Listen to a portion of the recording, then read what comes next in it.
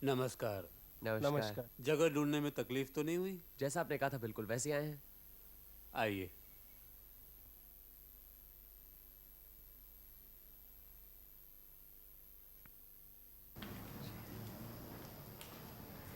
काफी धूप में आए हैं, थोड़ी देर आराम कर लीजिए, फिर मैं आपको सारी जगह दिखाता हूँ और लोगों से परिचय भी करा दूंगा। अच्छा, वो मोटर के टुकड़े तो दिखाइए जो यहाँ फेंके जाते हैं। जी आइए। ये स्पार्क प्लग है। 6 महीने पहले एक रात को इस कमरे में फेंका था। खिड़की का कांच चूर चूर हो गया था। 15-20 दिन के बाद मिला। फिर 15-20 दिन कुछ नहीं, उसके बाद इस दरवाजे पर कार्बोरेटर का टुकड़ा मिला। फिर उसके बाद ये फटा हुआ टायर। लगता है कोई आपको टुकड़ों टुकड़ों में पूरी मोटर कार भेंट करना चाहता है। किसी पगले का मजाक हो सकता है, लेकिन मुझे लगता है जरूर कोई बात है इसमें, इसलिए मैंने आप लोगों को तकलीफ दी। आप ही लोग पता लगा सकते हैं। आखिरी बार मोटर का टुकड़ा कब मिला आपको? कल सुबह। इस बार तो किसी बच्चे की मोटर कार छोड़कर चला गया।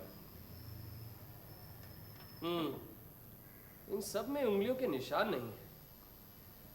लगता है भेंट करने वाला होशियार है। जी। अच्छा, आपकी कॉलोनी में सब लोग इन मोटर पार्ट्स के बारे में जानते हैं? जानते हैं। अच्छा खासा मजाक बना रखा है, सब हंसते हैं। आपके पास मोटर कार है?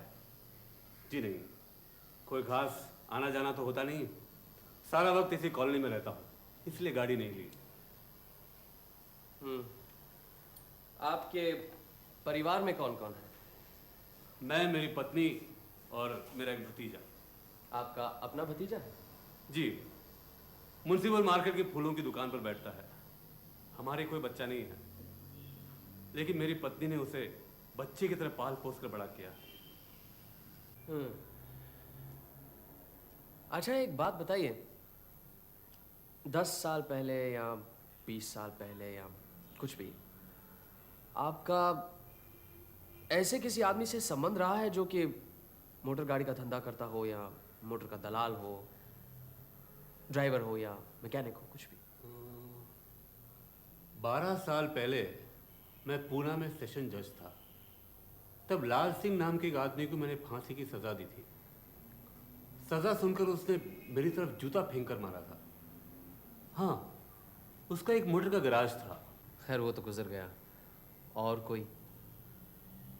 मेरे फैसले के खिलाफ उसने हाई कोर्ट में अपील की। उस अपील से फांसी के बजाय उसे 14 साल की कैद हुई। 14 साल? इसका मतलब है वो आज भी जेल में है? अच्छे व्यवहार से अक्सर कैद की मियाद कम हो जाती है। हो सकता है वो छूट गया हो। मतलब आपने पता नहीं लगाया छूट गया है नहीं?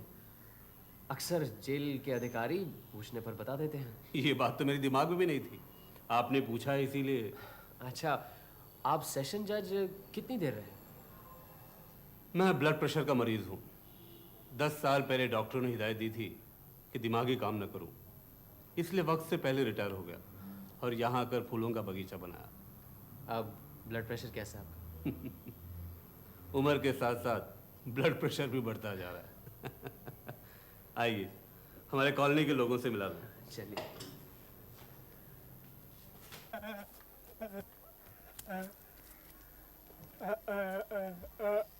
इसका नाम पानू है। गाय भैंसों की देखभाल करता है, इसलिए इसका नाम पानू गोपाल रखा है। कान से जरा कम सुनता है। पानू गोपाल, तुम्हारे गाय बछड़े कैसे हैं? सब ठीक है? अच्छा, बस बस बस बस। पानू बोल नहीं सकता ऐसी बात नहीं है, लेकिन उत्तेजना से जबान अटक जाती है। बचपन से ही ऐसा है।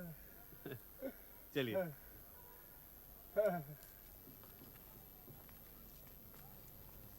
ये पानू कान में रुई क्यों लगाता है? कान में मवाद होता है।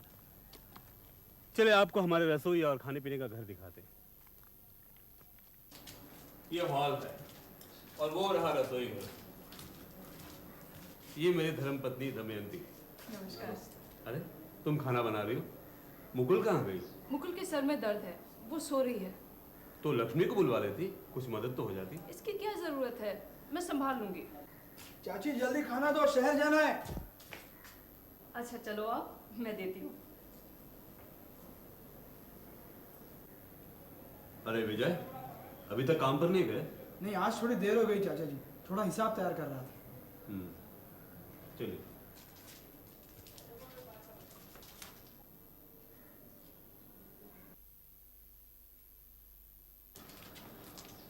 यही आपका भतीजा है जो आपके फूलों की दुकान की देखभाल करता है? जी। वहाँ उस घर में प्रोफेसर नेपाल गुप्ता और उनकी बेटी मुकुल रहती है। प्रोफेसर साहब कॉलेज में केमिस्ट्री पढ़ाते थे, उनकी अपनी लेबोरेटरी थी। एक दिन लेबोरेटरी में एक जोरदार धमाका हुआ और प्रोफेसर साहब बुरी तरह घायल हो गए। कॉलेज के अधिकारियों को शक हुआ कहीं वो चोरी छुपे बम तो नहीं बना रहे थे। उनकी नौकरी तो गई, साथ साथ पुलिस ने भी हिरासत में ले लिया। लड़ाई के बाद छूटे, लेकिन कॉलेज की नौकरी वापस नहीं मिली। सचमुच बम बना रहे थे? उनका कहना है कि वो पेड़ पौधों के लिए खाद बना रहे थे। यहाँ आकर भी खाद बनाना नहीं छोड़ा, घर में एक लेबोरेटरी बनाई है। Gas cylinder, burner, test tube, retort वगैरह सब कुछ है। एक दिन काफी खाद बनाकर मुझे दे दिया और कहा कि पपीते के पेड़ में दो। मेरी मर्जी नहीं थी, लेकिन नहीं माने। फिर क्या हुआ? पपीते के सब झाड़ मार गए।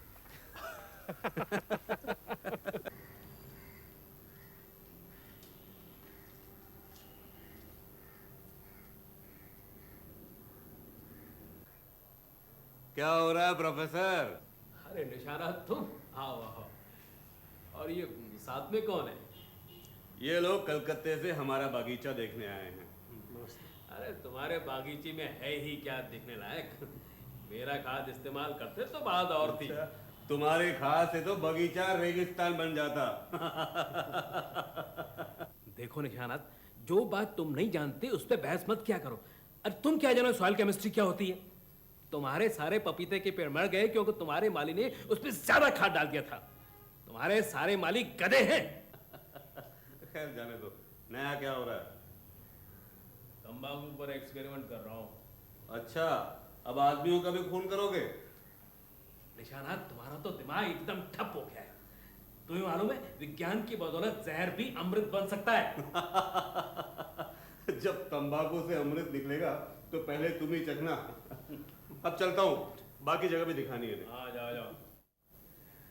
अच्छा, मुकुल कैसी है? सुना सर में दर्द है। मुझे नहीं मालूम। आप लगता है शतरंज में माहिर हैं। आप शतरंज खेलना जानते हैं?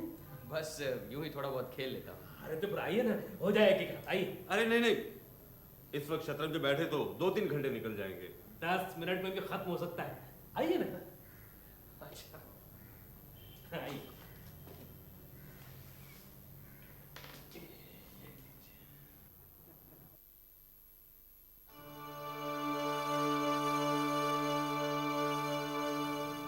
कौन है?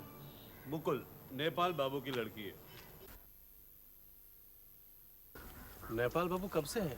यही कोई 2 साल से। क्या काम करते हैं? वैज्ञानिक प्रयोग वगैरह करते हैं, शतरंज खेलते हैं और हर काम में मेरी गलती निकालते हैं। आपकी गलती? जिस तरह से मैं कॉलोनी का काम चलाता हूँ उसे बिल्कुल पसंद नहीं है और उसे यकीन है कि अगर उससे वो सुपुर्द किया जाए तो बहुत अच्छी तरह चलाएगा। अच्छा। लेकिन उसकी लड़की मुकुल बहुत काम की है। मुकुल काम की लड़की हो सकती है, लेकिन हमें यहाँ देखकर उसके सिर में दर्द क्यों होने लगा? और फिर खिड़की से छुपकर क्यों देख रही थी हमें? क्या हो रहा है ब्रिजदास? कुछ नहीं, एक गाय बीमार पड़ गई है, उसके लिए जुल्लाब तैयार कर रहा हूँ। अच्छा अच्छा, हो सके तो कुछ प्रोफेसर नेपाल गुप्ता को पिला देना, उन्हें बहुत फायदा होगा।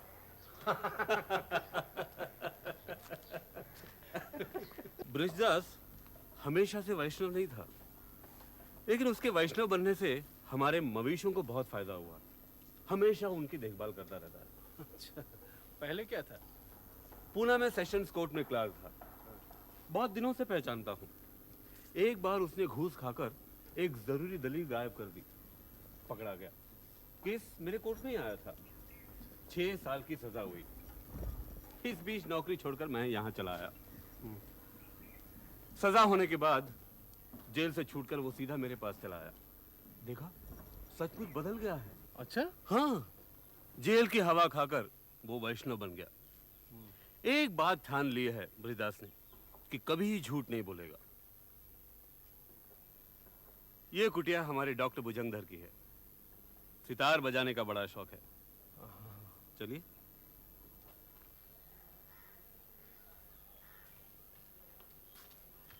निशानाथ बाबू, इतनी धूप में कहाँ घूम रहे हैं? अपना ब्लड प्रेशर बढ़ाना चाहते हैं क्या?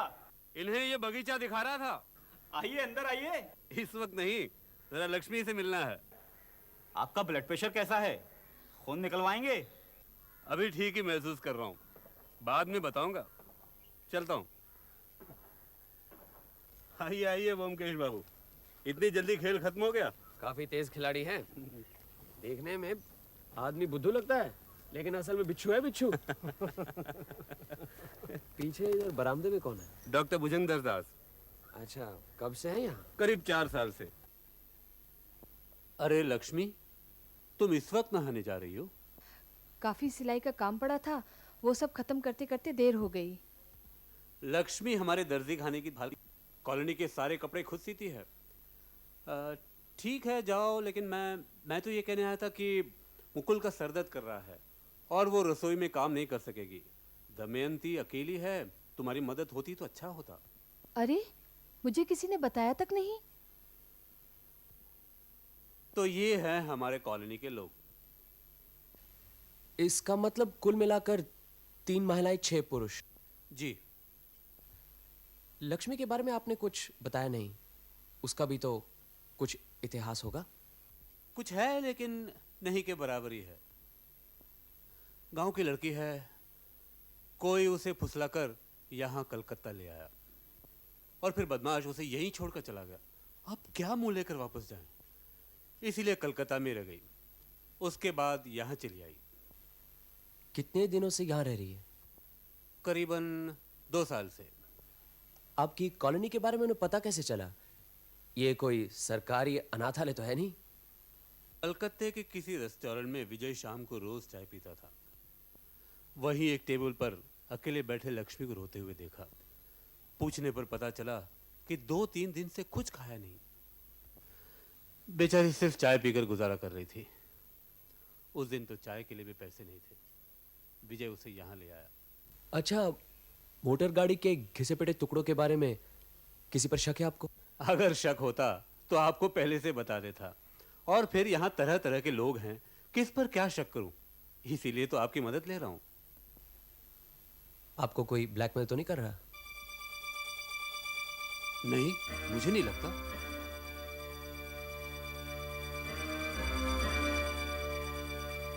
अरे निशानाथ, क्या हो रहा है? आओ आओ प्रोफेसर आओ।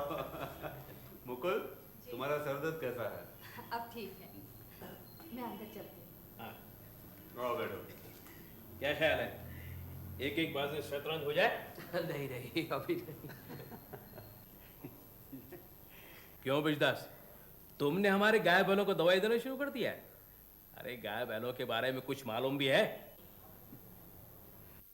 और निशानाथ, तुम भी अजीब हो। तुमसे 1000 बार कहा कि कोई अच्छा सा पशु चिकित्सक रख लो, वो तो तुमसे हुआ नहीं। अनाड़ियों के हाथ में मवेशियों को छोड़ रखा है। अरे भाई, जिसका जो काम है वही उसे करना चाहिए। और कुछ नहीं हो सकता तो मुझसे कहो, मैं 2 दिन में तुम्हारे मवेशियों की काया पलट कर दूंगा। अरे मैं सिर्फ केमिस्ट नहीं, बायो केमिस्ट भी हूं, समझे? बिजदास, चलो आज तुम्हारे गाय बैलों को दिखाओ। नेपाल, गाय बैलों को जितना चाहो देख लो, लेकिन कोई दवाई वगैरह मत देना। निशानाथ, तुम्हें कुछ समझ तो है नहीं, खामखा सदारी करते रहते हो। अरे जब मैं देखभाल करूंगा मवेशियों की, तब देखना। अरे नेपाल, मेरे हुक्म के खिलाफ कुछ किया तो तुम्हें कॉलोनी छोड़कर जाना पड़ेगा। निशानाथ, मेरा अपमान कर रहे हो तुम? इतनी हिम्मत कैसे हुई तुम्हारी? सोचा होगा मुझे कुछ नहीं मालूम। कर दूं सब भंडा फोड़। नेपाल, चलो निकलो, इसी वक्त यहाँ से निकल जाओ। क्या कहा निशानाथ? तुम्हारी ये मजाल मुझे? मैं ये क्या कर रहे हैं? चलिए चलिए चलिए यहाँ से।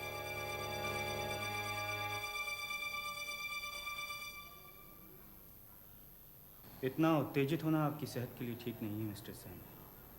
अगर दिमाग की एक छोटी सी नली भी जख्मी हो जाए तो प्रोफेसर नेपाल गुप्त का तो कुछ नहीं होगा। देखिए, जरा अपनी नब्ज दिखाइए। मैं ठीक हूं, आप लोग बैठिए। आप ही व्योमकेश बाबू हैं? क्यों, ठीक पकड़ा कि नहीं? सब कुछ जान गए हैं तो 2-4 सवाल आपसे पूछता हूँ, जवाब देंगे? ज़रूर। मेरे बारे में तो शायद आपको सब कुछ मालूम पड़ ही चुका होगा। सब कुछ नहीं। ठीक है, पूछिए। आपकी शादी हो गई? डॉक्टरी पढ़ने के लिए 3 साल इंग्लैंड में था, वहीं एक गोरी लड़की से शादी की। वो इस काले आदमी को ज़्यादा दिन बर्दाश्त नहीं कर पाई और एक दिन मुझे छोड़ के चली गई। मैं भी हिंदुस्तान की संतान वापस हिंदुस्तान आ गया। उसके बाद कभी उससे मुलाकात नहीं हुई। एक और सवाल है, जिस गुनाह की वजह से आपकी डॉक्टरी का लाइसेंस जब्त कर लिया गया था, वो गुनाह क्या था? एक नारी को लो क्लास से बचाने के लिए उसका गर्भपात किया था, पकड़ा गया, बस। अच्छा। मैं अभी आया। व्योमकेश बाबू, मैं आपके सभी सवालों का जवाब दे चुका हूँ, लेकिन आपने अभी तक मेरे पहले सवाल का जवाब नहीं दिया। कौन सा सवाल? मोटर गाड़ी के टुकड़ों के रहस्य का समाधान हुआ? अभी नहीं, कुछ समझ में नहीं आ रहा। क्या आप इस पर रोशनी डाल सकते हैं? मुझे पूरा यकीन है कि ये सारा काम उस प्रोफेसर नेपाल गुप्ता का है। वही निशानात बाबू को डरा धमका रहा है। प्रोफेसर ऊपर से जितना घमंडी है, अंदर से उतना ही पेचीदा। लेकिन निशानात बाबू को डराने से उसका क्या फायदा? प्रोफेसर इस कॉलोनी का कर्ता धर्ता बनना चाहता है। भला निशानात बाबू ऐसा क्यों होने देंगे? इसीलिए वो प्रोफेसर जो है, निशानात बाबू को दबा रहा है। उसने एक प्रकार से वॉर ऑफ नाउ शुरू कर रखा है। प्रोफेसर ये बात अच्छी तरह से जानता है कि निशानात बाबू ब्लड प्रेशर का मरीज है। उन पर जितना ज़्यादा दबाव पड़ेगा, वो उतनी जल्दी खाट पकड़ेंगे और प्रोफेसर खुद मालिक बन बैठेगा। लेकिन उनकी तो पत्नी है, भतीजा है, उनके रहते हुए मालिक कैसे बन सकता है? नामुमकिन लगता ज़रूर है, लेकिन नामुमकिन है नहीं। क्यों? मिसेस सेन प्रोफेसर नेपाल गुप्ता पर कुछ ज़्यादा ही मेहरबान हैं। क्या कह रहे हैं आप? मेहरबा होने की कोई खास वजह है? व्योमकेश बाबू, आप खुद अक्लमंद हैं, मैं भी कोई बेवकूफ़ तो हूँ नहीं, समझ जाना चाहिए। हो सकता है मेरी सारी बातें बेबुनियाद हों। आपने पूछा, इसीलिए जितना मुझे मालूम था मैंने आपको बता दिया। मैं अब आज्ञा चाहूँगा, शायद आपको भी कहीं जाना हो। 1 मिनट, मुकुल भी क्या अपने बाप के साथ थी क्या? मैं अभी ठीक से कुछ नहीं कह सकता। आशा है फिर मुलाकात होगी। अच्छा। अच्छा।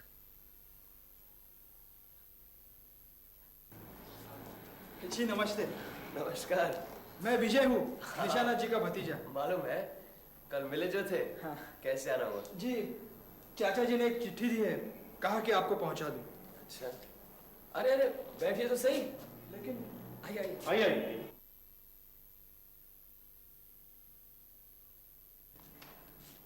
मैंने कल सुबह आपको कॉलेज में देखा था, लेकिन उस वक्त आपका असली परिचय मालूम नहीं था। तो असली परिचय किसने दिया? जी घर वापस जाकर पता चला। अच्छा, चाचा जी ने क्या किसी जरूरी काम से बुलाया था आपको? ये तो अपने चाचा से ही पूछना था। चाचा जी हमें सब बातें थोड़ी बताते। वो तो मोटर के पार्ट्स को लेकर कुछ परेशान है, इसलिए। अच्छा, मोटर के पार्ट्स के बारे में आपका क्या ख्याल है? मुझे तो बिल्कुल बचकाना काम लगता है। हाँ, यहाँ से 1 मील दूर एक गांव है, वहाँ के लड़के बहुत बदमाश हैं। वही सब शैतानी करके कूड़ा करकट हमारे यहाँ फेंक जाते हैं। अच्छा जी। प्रोफेसर नेपाल गुप्ता का क्या हाल है? सुना था कि प्रोफेसर साहब ने चाचा जी का अपमान किया था कल शाम को। चाचा जी ने तो सह लिया। अगर उनकी जगह मैं होता तो। प्रोफेसर क्या अभी तक कॉलोनी में ही है? हाँ, मुकुल ने कल रात को चाची जी के बहुत हाथ पांव पकड़े और चाची जी हमारी बहुत नरम दिल की है, वो मान गई। उन्होंने चाचा जी को मना लिया। वैसे चाचा जी चाची की बात कभी नहीं टालते। प्रोफेसर की किस्मत अच्छी है। मेरे ख्याल से अगर वो चले जाते तो अच्छा ही होता।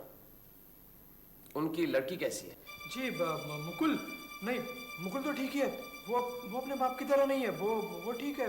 मैं चलता हूँ, मुझे बहुत सारे काम है। जी नमस्ते। जी नमस्ते। नमस्ते।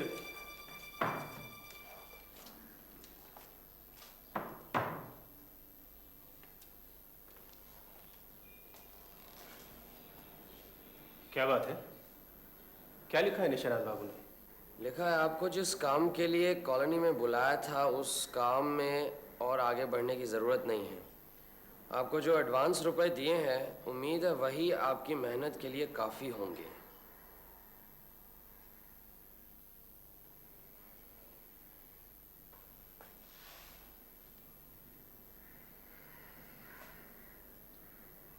ये निशानाथ बाबू ने अपना इरादा क्यों बदल दिया?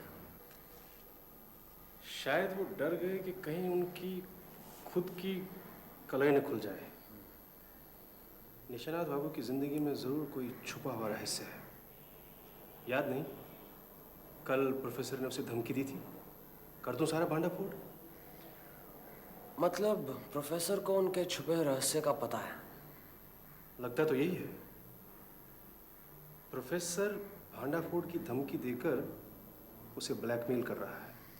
लेकिन कल ही तो उन्होंने मुझे साफ साफ बताया कि उन्हें कोई ब्लैकमेल नहीं कर रहा।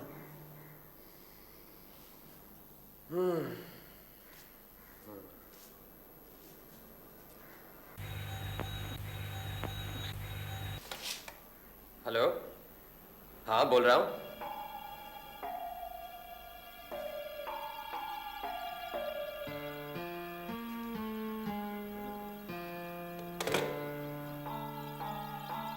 तूफान आ गया। कैसा तूफान? जिसका डर था, निशानाथ बाबू की मौत हो गई है। क्या? चलो वहीं चलना है अभी। मौत हो गई? क्या बात होने? क्या पता, मौत स्वाभाविक भी हो सकती है, नहीं भी। टेलीफोन किसने किया था? विजय ने। चलो जल्दी तैयार हो जाओ, ट्रेन से देर हो जाएगी, टैक्सी लेकर चलते उठो।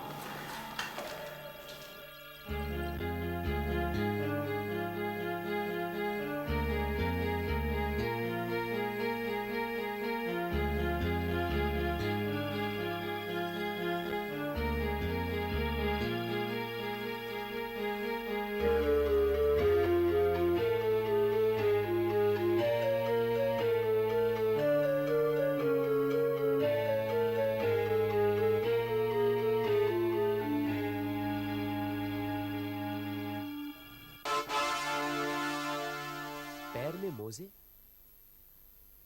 निशानाथ बाबू क्या मोजे पहनकर सोते थे? नहीं तो।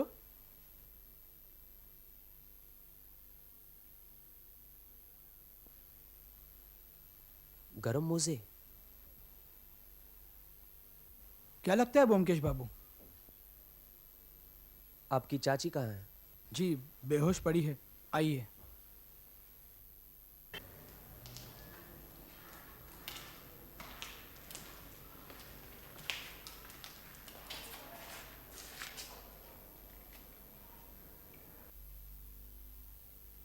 कब से बेहोश है? तकरीबन 3 घंटे से। इन्होंने ही सबसे पहले निशानाथ जी को देखा था। देखते ही चीख कर गिर पड़ी, तभी से बेहोश है। आपने लाश देखी है? हाँ। आपको क्या लगता है, कुदरतन गुजर गई या फिर? इस विषय में मैं कुछ भी नहीं कहना चाहूँगा। कॉलोनी के डॉक्टर पाल को बुलाया है, वही बेहतर बतला पाएंगे।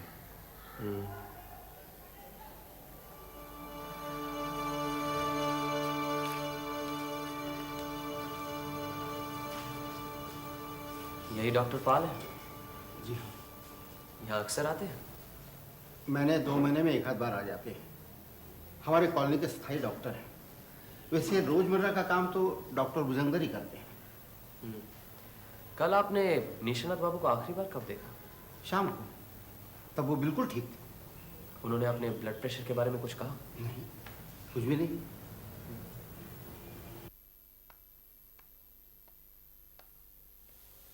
माफ कीजिए, आप क्या डेथ सर्टिफिकेट लिख रहे हैं? व्योमकेश बख्शी। आप क्या समझते हैं ये कुदरतन मृत्यु है? मौत क्या कभी कुदरतन होती है? शरीर की हालत जब अस्वाभाविक होती है, गैर कुदरतन, तभी तो मौत आती है। आप ठीक ही कह रहे हैं, लेकिन शरीर अस्वाभाविक अपने आप ही हो सकता है और बाहर से भी करवाया जा सकता है। आप क्या कहना चाहते हैं मैं समझ गया, लेकिन मैंने निशानाथ बाबू के शरीर को अच्छी तरह से परख लिया है। कहीं कोई चोट के निशान नहीं है। उनके मृत्यु का समय रात के 10 से 11 के बीच में है। कल रात सोते वक्त उनके मस्तिष्क की कोई नस फट गई होगी, इसलिए सोते हुए ही उनकी मौत हो गई। जो ब्लड प्रेशर के मरीज होते हैं उनकी अक्सर मौत ऐसे ही होती है। लेकिन उनके पैरों में मोजे थे, आपने गौर किया होगा। इतनी गर्मी में गर्म मोजे पहनकर सोए थे, क्या ये यकीन करने लायक बात है? मोजे की बात डॉक्टरी दायरे में नहीं आती, फिर भी इस बात पर गौर किया जा सकता है। निशानाथ बाबू खुद मोजे पहनकर सोएंगे ये यकीन नहीं होता, और कोई और उन्हें सोते हुए मोजे पहनाएगा ये भी यकीन करने लायक बात नहीं है। कोई ऐसा करेगा तो वो जागेंगे नहीं।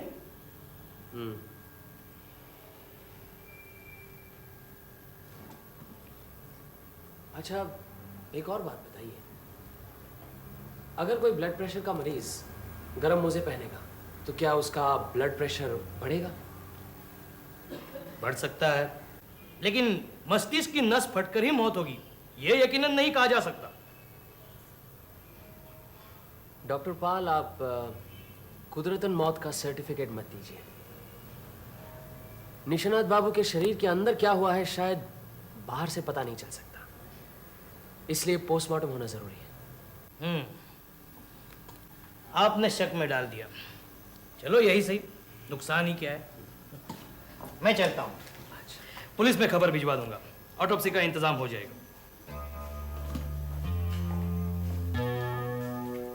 अब आप क्या कहते हैं डॉक्टर भुजंगर, मौत कुदरतन ही है? मेरी राय की कोई कीमत नहीं है। आपको शक हुआ है, पोस्टमार्टम करवा लीजिए, लेकिन कुछ मिलने वाला नहीं है। ये आप कैसे कह सकते हैं? मैं खुद भी एक डॉक्टर हूँ।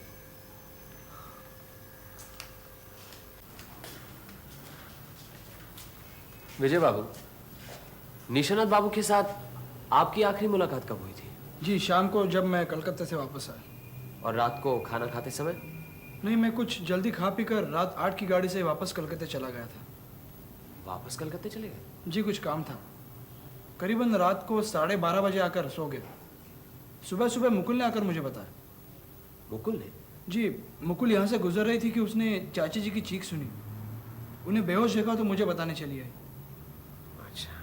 अच्छा ब्योमकेश बाबू, आपको क्या लगता है कि चाचा जी की मौत कुदरतन नहीं है? लगता तो ऐसा ही है। मुझे भी कुछ गड़बड़ लग रहा है। चाचा जी कभी सर्दियों में भी मोजे पहनकर नहीं सोते थे। मोजे तो उनके है ही नहीं। फिर उनके कमरे में जाकर देखा तो खिड़की भी बंद है। चाचा जी कभी खिड़की बंद करके नहीं सोते थे। फिर खिड़की किसने बंद की?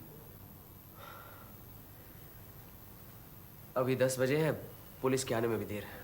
हम जरा कॉलोनी का राउंड मार के आते हैं। जैसे आपकी मर्जी। चलो जी।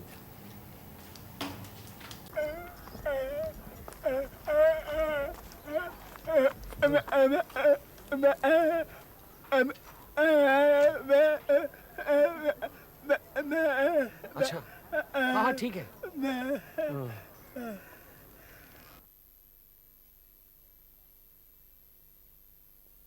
नमस्कार प्रोफेसर गुप्ता। नमस्कार, आप यहाँ? निशानाथ बाबू ने चिट्ठी लिखकर आज बुलाया था। यहाँ आकर देखा, हमने कभी सोचा नहीं था इस तरह अकस्मात ही गुजर जाएंगे। अरे ये ब्लड प्रेशर के मरीज ऐसे ही मरते हैं। निशानाथ बहुत जिद्दी था, किसी की नहीं सुनता था। मैंने भी कितनी बार कहा कि हाँ, आपके साथ तो उनके अच्छे संबंध थे, लेकिन उसकी जिद की वजह से कभी कभी तू मैं हो जाया करती थी। हाँ, वो तो हमने सुना। उस दिन हमारे सामने आपने कहा कि कर दो भंडाफोड़। ऐसा लगा जैसे आप उनकी जिंदगी का कोई गुप्त रहस्य जानते हैं। गुप्त रहस्य? अरे नहीं, ऐसी कोई बात नहीं थी। वो तो यूं ही गुस्से में कभी कभार अनाप शनाप बक दिया करता था मैं। वो तो मेरा स्वभाव ही ऐसा है। अच्छा, आपसे एक बात पूछूं? आपकी लड़की मुकुल के साथ विजय का कुछ क्या मतलब कोई संबंध या? मुकुल किसी से कोई भी संबंध रखने वाली लड़कियों में नहीं है, समझे आप? हम जब यहाँ आए थे तो मैंने ही विजय के साथ मुकुल की शादी की बातचीत की थी। विजय राजी भी हो गया था, लेकिन बाद में उलट गया। विजय का चाल चलन क्या ठीक नहीं है? बस यूं ही समझ लीजिए, भली लड़की को छोड़कर उल्टा के आगे पीछे दौड़ना क्या अच्छे चाल चलन के लक्षण है?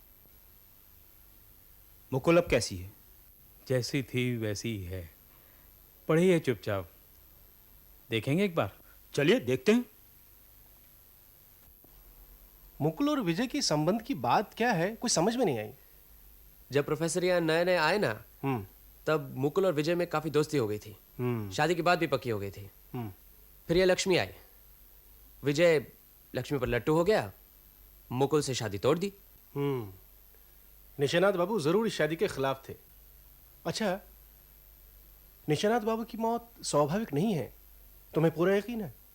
पूरा 100%। उनके ब्लड प्रेशर ने उन्हें पहाड़ी के किनारे ला खड़ा किया और किसी ने जोर से पीछे से धक्का दे दिया।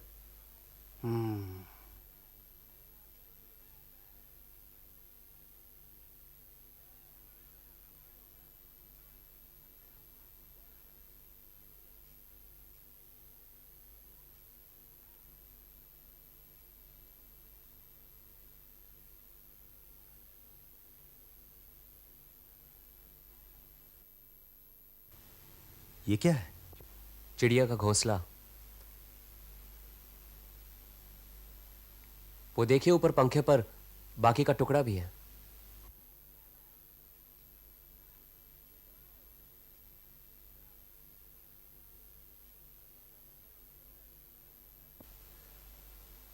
जरा और उठाइए, देखिए पैरों पर मोजे पहने हुए हैं।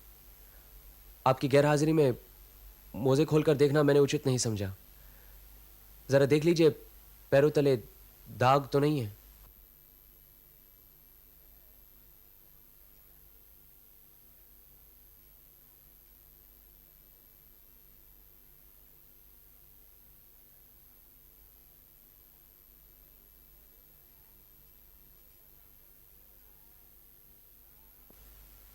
ये दाग देखिए।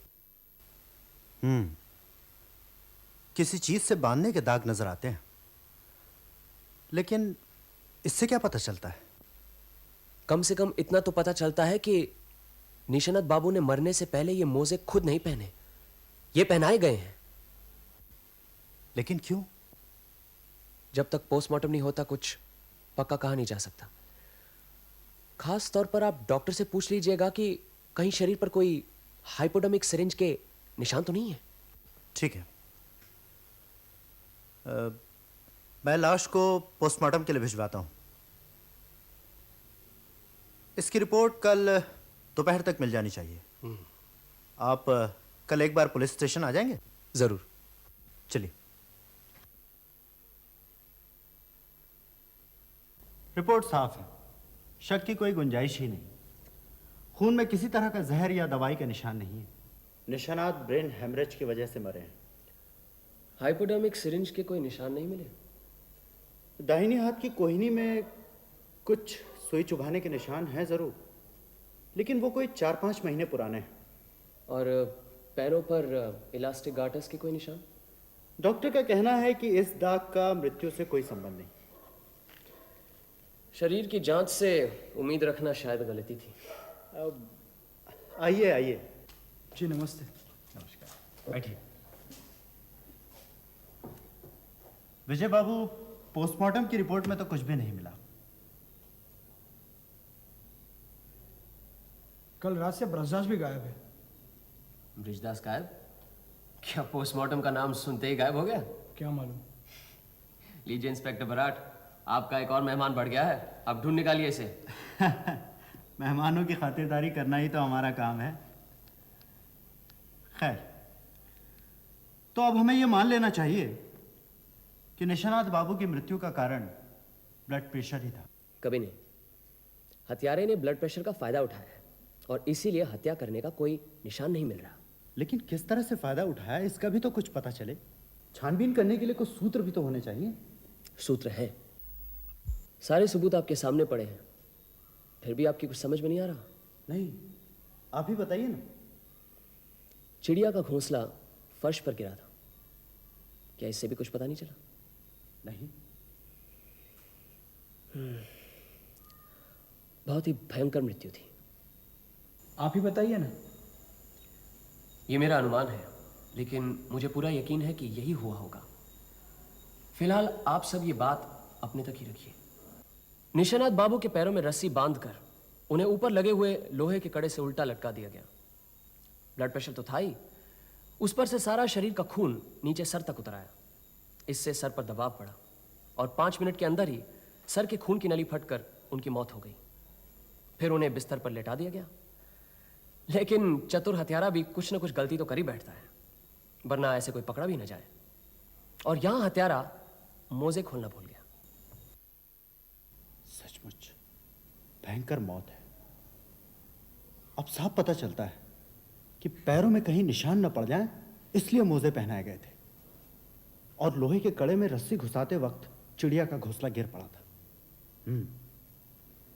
लेकिन एक बात समझ में नहीं आती, इतना सब कुछ होते वक्त निशानाथ बाबू सोए रहे, जागे नहीं। निशानाथ बाबू शायद जगे हुए ही थे। मुझे लगता है करीबन रात 10 या 11 के बीच में यह हादसा हुआ था। डॉक्टर पाल की भी यही राय है।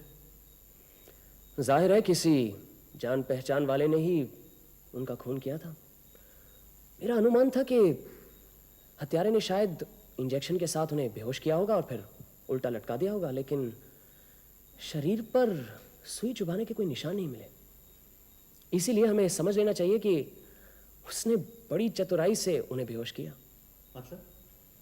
मतलब सैंडबैग। इस तरीके से गर्दन के पीछे हल्के हाथ से एक बार वार करने से ही आदमी बेहोश हो जाता है और उसके साथ गर्दन पे कोई निशान भी नहीं दिखते। लेकिन कौन है वो? कौन ऐसा कर सकता है? अभी बताना मुश्किल है, लेकिन एक बात समझ में नहीं आ रही। दमयंती या मिसेस सेन पास वाले कमरे में ही थी, उन्हें कैसे कुछ पता नहीं चला? नहीं, चाची जी को कुछ नहीं पता। वो जरूर सो गई होंगी।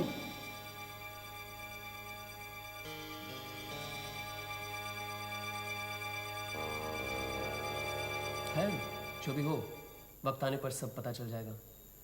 फिलहाल एक बात बताइए, निशानाथ बाबू का वारिस कौन है? मैं और चाची जी बराबर हिस्सों में। ये नोट कर लीजिए। एक बात और, क्या मोटर के टुकड़ों के साथ निशानाथ बाबू की मौत का कोई संबंध है? हो भी सकता है, नहीं भी। आज मैं लाल सिंह के बारे में पूछने गया था। कौन लाल सिंह? निशानाथ बाबू किसी समय सेशन जज थे। तब उन्होंने लाल सिंह नाम के एक मोटर गैराज वाले को खून के मामले में फांसी की सजा दिलवाई थी। उसने कोर्ट में जूता लेकर उनकी तरफ फेंका था। अपील से उसको आजन्म कारावास हुआ। फिर पता चला कि 2 साल पहले उसकी जेल में ही मौत हो गई थी।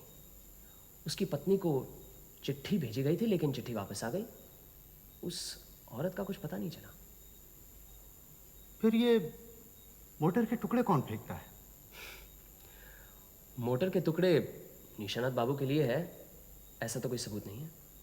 ये तो उनका ख्याल था, गलत भी हो सकता है।